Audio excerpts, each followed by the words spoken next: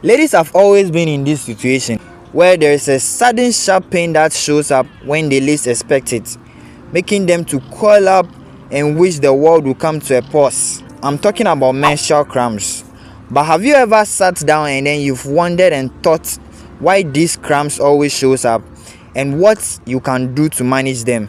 Stay tuned, because in this video we will dive deep into the causes of menstrual cramp and explore effective ways that you can manage them. Okay, you'll be surprised at how much you can do to feel better during that time of the month. Now I want you to meet somebody. Her name is Sarah. Every month Sarah experiences painful menstrual cramps. They can be so intense that she can skip work and she can skip school. All that she want to do is to stay in bed. And I know many of you have been doing the same thing. Now let's take a closer look at what is going on in her body and what is going on in your body and why these cramps always occur, as well as how you can manage them, okay, so that you can get back to your life, and as well Sarah can also get back to feeling her best. Let's talk about menstrual cramps. What is menstrual cramps? Now menstrual cramps are also called dysmenorrhea. When you come to medical terminologies, menstrual cramps are called dysmenorrhea. Dysmenorrheas are painful or discomforts that occur before or during your period. Now this pain is caused by contractions inside your uterus. Another name for the uterus is your womb. So if you don't know what the uterus is the same as womb. Menstrual cramp is going to occur when there is a painful contractions inside the womb. Now the womb is made up of muscles. The womb is where a baby's form grows. That is where baby is supposed to form and grow. That is your womb, okay? If you're a woman and then you have sex in your fertile period, a new baby is formed, then you give birth.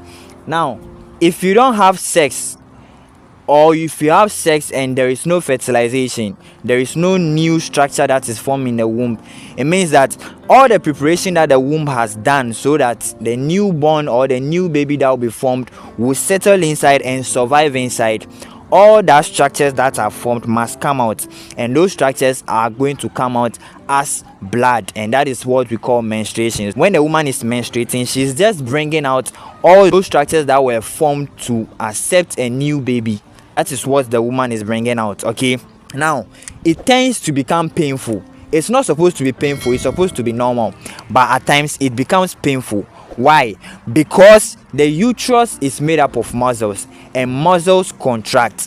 Now if the muscle is contracting too much, or if it's over contracting, that is when the woman is going to feel pains, okay? Now the question is, how come somebody is going to feel pain when they are menstruating, and how come somebody is not going to feel pain when they are menstruating? It always boils down to something that we call prostaglandins in our body. Prostaglandins are the structures or the chemicals that are responsible for allowing the muscles to contract. If woman A is producing a lot of prostaglandins and woman B is producing the normal amount of prostaglandins, it means that the woman producing the normal amount of prostaglandins is going to have a normal uterine contraction, which is going to bring out a menstruation. Very simple, no pain. But the woman A who is having a lot of prostaglandin is going to have over contraction of their uterine muscles, which is going to lead to the pain. So when the muscles are contracting too much, that is how come the pains happen, okay? Good. So what can you do to take away this pain? Very simple. We just said that prostaglandins are the things that are responsible for the contraction, and when it's too much in somebody, that is when there is going to be over contraction of the muscles. So it means that we need to reduce the quantity of the prostaglandins, right? Very simple. What do you use in controlling it?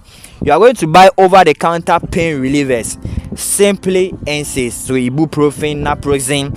Those simple drugs, those simple over-the-counter drugs are responsible for taking away or reducing the levels of prostaglandin inside your body, and at the end of the day is going to reduce the contraction levels in the muscles. Then you'll feel comfortable, okay? Good. Another non-pharmaceutical method that you can use to control this pain is you doing heat compresses.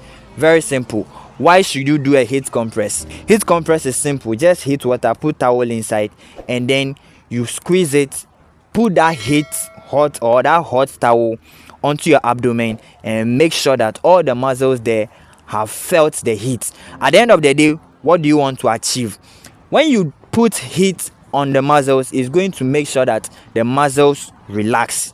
At the end of the day, the muscles that are contracting, so when they are contracting is when you feel the pain. But if you relieve them of that contraction, if you relieve them of that stiffness, then you too will also feel comfortable. So yes, heat compress is another non-pharmaceutical way of controlling menstrual cramps. Okay, my sister. Good. Another simple way of controlling menstrual cramps is to do yoga. What is yoga? Simple exercises, so you can walk around, sit down, curl your body, but just make sure that you are active during certain exercises. When you do simple exercise, our body releases certain things that we call endorphins. Okay, now what are endorphins? Endorphins are our natural pain relievers. Very simple. Now God in his own wisdom knew that the world that he has created, there is pain. Okay, so he decided to put in certain pain relievers in us that we call endorphins. So those endorphins get released when you are doing exercise. So when you are doing the exercise in the times of pain, then at the end of the day, there is going to be release of endorphins. When endorphins are released, you will be free of those pains. Okay, good. Make sure you take in a balanced diet and you are well hydrated. Why? If you take in a balanced diet, it's going to make sure that you avoid bloating. Now when you are avoiding bloating, it means that there is not going to be pressure on the uterus. Okay, and if there is no pressure on the uterus will be comfortable to do its function. And why should you also be hydrated? If you are hydrated, you produce good amount of urine. Now remember that the uterus is just exactly behind the bladder. If you produce the good amount of urine, make sure you continue to empty your bladder frequently, and as the urge comes for you to go to empty your bladder, make sure you go out and go and empty your bladder. Why should you do this? If your bladder is full, it's going to put pressure on the uterus because the uterus is exactly behind the bladder. So make sure you empty your bladder and relieve your uterus of that pressure, so that there is not going to be pain, so that you also be comfortable. Very simple as A, B, and C. Now my dear, if you do all these things and then there is still pain, it means that there is something else that is in control. Now there can be certain conditions, or there can be certain medical conditions that can trigger pain during menstruation. Examples of them include endometriosis. Endometriosis is a condition where the tissues that normally lines the uterus grows outside, and this can lead to severe cramps. You can have conditions like fibroid. Fibroids are non-cancerous growths that are formed inside the womb, and they can cause more pain during your period. Okay, pelvic inflammation diseases. Pelvic inflammation disease, like an infection of the reproductive organ, that can make your period more painful. Are you getting it? So if your cramps are very painful or they interfere with your daily activities, all you need to do is to consult your doctor. Your doctor can help determine if you have an underlying conditions like those conditions that I've mentioned. Let's go over endometriosis or fibroid, and suggest treatments such as hormonal birth control, which can regulate your cycle and then reduces cramps. Okay, so while cramps are normal part of menstruation, severe or chronic pain could be a sign of an underlying issue. If you experience pain that lasts more than 2 to 3 days, and pains that are not relieved by over-the-counter medications, or other symptoms like heavy bleeding, it is important you see your health professional. That is it, ladies and gentlemen. Today is based on the ladies, okay? But wait, I want to tell you something. We have a dream of reaching the world and making the world a better place, and a better place for us that are living and for those that are yet to come and live in. So we need your help, and all that we need from you is to subscribe to this channel,